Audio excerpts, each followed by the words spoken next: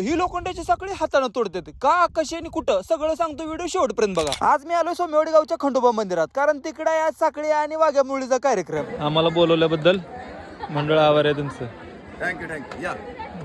आज आहे चंपाषष्ठी. हा सण भगवान शंकराचे अवतार असलेले खंडोबा मणी आणि मल्ले या दैत्यांचा वध करतात त्या दिवसाची आठवण म्हणून हा सण साजरा करतात. इकडे बापू नाना पूजेची सगळी तयारी करून घेतात. बाहेर महाप्रसादासाठी पंक्ती बसलेल्या, मग आपण पण महेश आणि इजूला सोबत घेऊन प्रसाद घ्यायला बसतो. वाघ्या मुरळी कधी चालू होतो या गोष्टीची चर्चा करत ही लोक बसलेली. दीप पेटवलेला, लाईट पण सेट करून झालेली, पूजा पण करून झालती, नारळ पण पुढून चालता. मग चालू होतो वाघ्या मुरळीचा कार्यक्रम.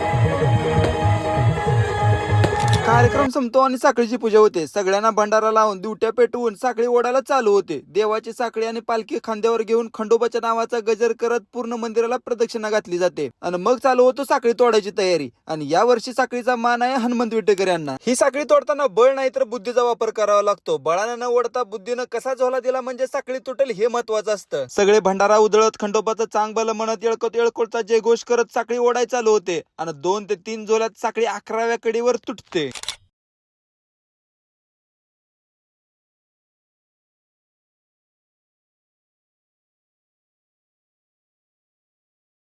इकडे महेशला पहिल्यांदा कुठल्या तरी तालावर डुलताना बघायला भेटलं. ह्यो छोटा कार्यकर्ते तर भंडारात पूर्ण भरून गेलेला. मग शेवटी देवाची आरती होते. या वर्षी तुमच्या गावात खंडोबाची साखळी कितव्या कडेवर तुटली कमेंट मध्ये नक्की सांगा आणि व्हिडिओ आवडला असेल तर फॉलो करून जावा.